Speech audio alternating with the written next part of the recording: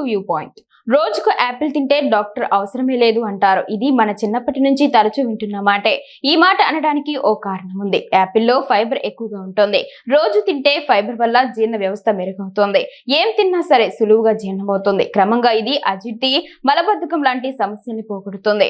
అందుకే యాపిల్ కి అంత ప్రయారిటీ ఇస్తారు. మీరు గమనించే ఉంటారు, జ్వరం వచ్చినప్పుడు, ఇంకేదైనా అనారోగ్య సమస్యలు వచ్చినప్పుడు పేషెంట్స్ కి యాపిల్స్ తినిపిస్తారు. ఇందులో విటమిన్లు కూడా పుష్కలంగా ఉంటాయి. అందుకే ఈ పండ్లకు సీజన్స్ తో సంబంధం లేకుండా ఎప్పుడూ గిరాకీ ఉంటుంది.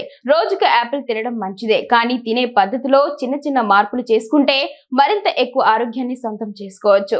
కొంతమంది జీర్ణ సమస్యలుంటే ఉదయాన్నే గోరువెచ్చని నీళ్లు తాగుతారు. అందులో నిమ్మకాయ రసం కలుపుకుంటారు. అయితే ఎసిడిటీ ఉన్న వాళ్ళు ఉదయమే ఇలా నిమ్మరసం తాగితే మంచిది కాదని కొందరు నిపుణులు చెబుతున్నమాట.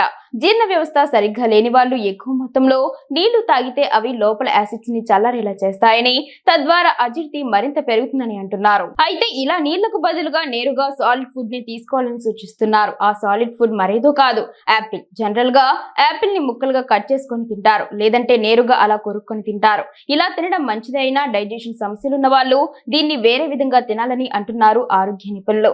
యాపిల్స్ ని నేరుగా తినడం కన్నా ఉడకబెట్టి ఆ ముక్కలు తింటే ఇంకాస్త ఎఫెక్టివ్ గా అది జీర్ణ వ్యవస్థపై పనిచేస్తోంది.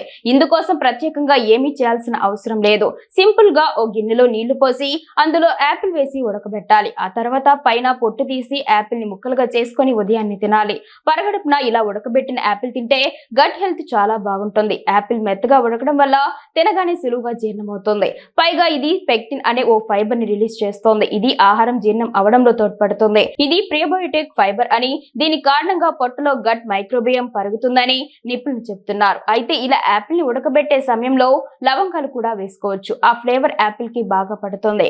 లవంగాలు ఎలాగో అజీర్తికి మెడిసిన్ లా పనిచేస్తుంది కాబట్టి రెండింటిని కలిపి తినేయొచ్చు. యాపిల్ పండ్లను ఇలా ఉడకబెట్టి తింటే ఆరోగ్యానికి మంచిదే, కానీ ఇలా బాయిల్ చేయడం వల్ల అందులో పోషకాలు పోవా అన్న డౌట్ వస్తోంది. కొంతమంది న్యూట్రిషన్లు చెప్పిన దాని ప్రకారం చూస్తే ఇలా యాపిల్ ని ఉడకబెట్టడం వల్ల కొంతవరకు పోషకాలు తొలగిపోతాయి. క్వేర్సెటిన్ లాంటి పోషకాలు నీళ్ళలో కలిసిపోతాయి. అయితే ఇలాంటి డౌట్ వచ్చినప్పుడు ఓ పని చేయొచ్చు.